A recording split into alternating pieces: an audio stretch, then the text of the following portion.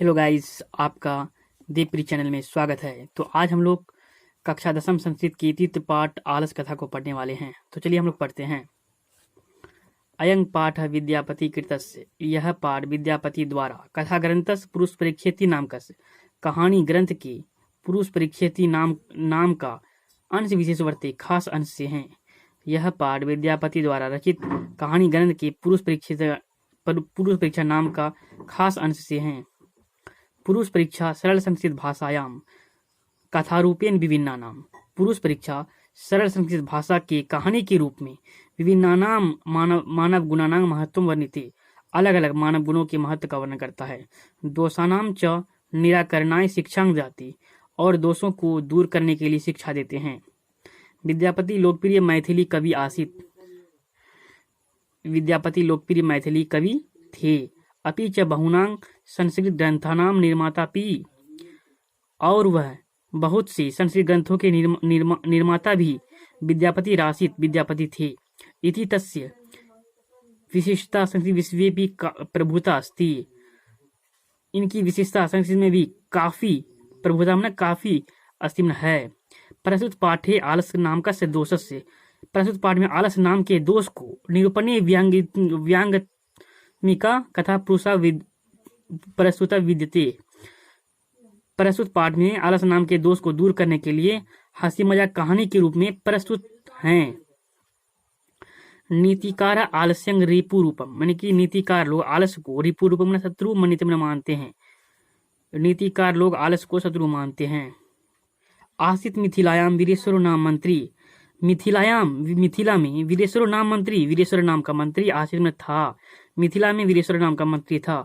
सच स्वभाववाद दानशील कारुणिकश्च, और वह स्वभावशील दानशील और दयालुओं में सर्वेभ्यो सभी दुर्गतेभ्यो अनाथेभ्यश्च, गरीबी और अनाथों को अपनी इच्छा से अपनी इच्छा से भोजन दिलाते थे।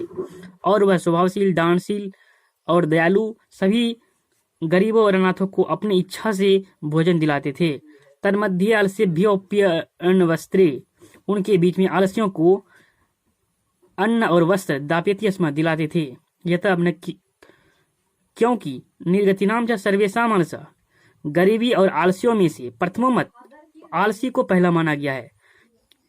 किंचिन क्षमते कर्तुम जठिरनापि वहीना, क्योंकि आलस लोगों को भूख लगने पर, जठिरनापि यानी कि भूख लगने पर कुछ नहीं कर सकते हैं। किंचिन कुछ नहीं कर सकते हैं।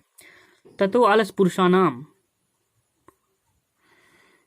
तत्रेष्ट लाभम श्रुत्वा, बाद में आलस पुरुषों के तत्रेष्ट लाभ, इन लाभ को श्रुत्वा में सुनकर बहवस्त परिमिर्जास्त्र वर्तुली बहु, बहुत से तोन बढ़ाकर लोग जाने के लिए तैयार हो गए। यह तक क्योंकि स्थिति सौकर्य मूला ही सर्वेशामपि सन्नति, सुविधाजनक स्थिति को देखकर सर्वेशामपि सन्नति सभी लोग दौड़ पड़ते हैं।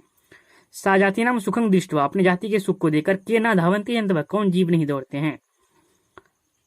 पश्चात आलसानाम सुखं दृष्टवा धूर्ता अपि कृतम आलस्यं दर्शयित्वा भोजन गृह्णन्ति। पश्चात आलसानाम सुखं दृष्टवा, बाद में आलस्यों के सुख को देखकर धूर्त लोग भी कृत्रिम आलस्यं दर्शयित्वा भोजन गृह्णन्ति, बनावटी आलस को दिखाकर भोजन ग्रहण करते हैं। बाद में आलस्यों के सुख को देखकर धूर्त लोग भी बनावटी आलस को दिखाकर भोजन ग्रहण करते हैं।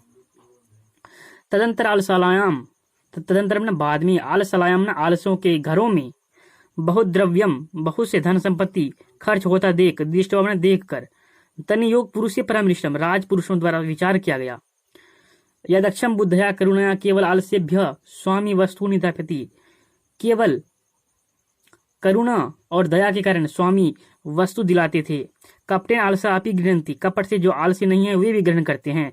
इत्य अस्माकं प्रमाद, यह हम लोगों की भूल है।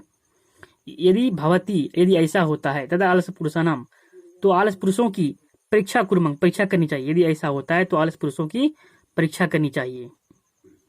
इति परामृश्य सुप्तेषु आलसालायाम, ऐसा विचार कर सोए हुए आलसियों के घरों में तनि योग पुरुष राजपुरुषों द्वारा वही न दापीति, आग लगाकर बैठ गए। निरूपयामासु बैठ गए। ततो गृहलग्नम परिवृद्धमग्निम, बाद में घर में लगी बढ़ती हुई आग को दृष्टवा में देखकर धूर्ता सर्वे पलायिता, सभी धूर्त लोग भाग गए। पश्चात आलसा अपि पलायिता, बाद में कुछ आलस लोग भी भाग गए। चत्वारः पुरुषास्त्रैव सुप्ता परस्परामलन्ति। चारों पुरुष वहीं सोए हुए थे। परस्पर अलमंती, बात आपस में बातचीत करते थे। एकेन वस्त्रावृत मुखेनोक्तम, एक ने वस्त्र से मुंह को ढककर कहा, अहो कथमयं कोलाहल, ये शोरगुल कैसा। द्वितीयोनोक्तम, दूसरा ने कहा, तर्कयति यदि गृहे अग्निर्लग्नो अस्ति, ऐसा लगता है कि इस घर में अग्निर्लग्नो अस्ति, आग लगी हुई है। उसके बाद तृतीयोनोक्तम, तीसरा ने कहा, कोपी तथा धार्मिको नास्ति, कोपी मतलब कोई भी धार्मिक नहीं है। यह इदानीम जलादेवारसो भी कटियस्मान प्रविनोति, जो इस समय भीगी हुई चटाई से हम सबों को ढक दे। चतुर्थोनोक्तम, चौथा ने कहा, अरे वाचाल कति वाचनानी अक्तुम सुखनत, तुम चुप क्यों नहीं रहते। तुसनी कथन तिषट, तुम चुप क्यों नहीं बैठते। ततुष चतुर्नामपि देशामेवं परस्परलापम श्रुत्वा, बाद में चारों ने भी तेषामेवं परस्परलापम, आपस में बातचीत सुनकर, श्रुत्वा सुनकर, वहीना च प्रवृद्ध मेषामुपरि, और बढ़ती हुई आग उन पर गिरेंगे, दृष्टवा ऐसा देखकर, नियोग पुरुषे वर्ध भयेन, राजपुरुषों ने मरने के भय से, चत्वारो प्यालसा, चारों आलसियों को, केशेस्वा वाकृष्य, केशों को कस के खींचकर, गृहीत्वा गृहात बहिकृता, घर से बाहर किया। पश्चादानलोक्य, बाद में राजपुरुषों द्वारा, तन्नियोग पठितम, राजपुरुषों द्वारा पढ़ा गया। पतिरेव गति स्त्रीणाम, स्त्रियों का आधार पति है। बालनाम जननी गति, बच्चों का आधार माँ है। न आलसानाम गति कोच्ची लोकी, और आलसियों की गति इस संसार में कारुणिकन बिना, दयावान के बिना कोई नहीं है।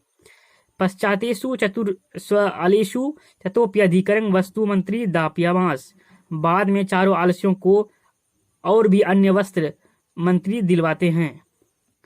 हेलो दोस्तों, आपको यह वीडियो कैसा लगा हो, आई होप आपको यह वीडियो अच्छा लगा हो, तो मेरे इस चैनल को जरूर से जरूर सब्सक्राइब, लाइक और शेयर करें। धन्यवाद।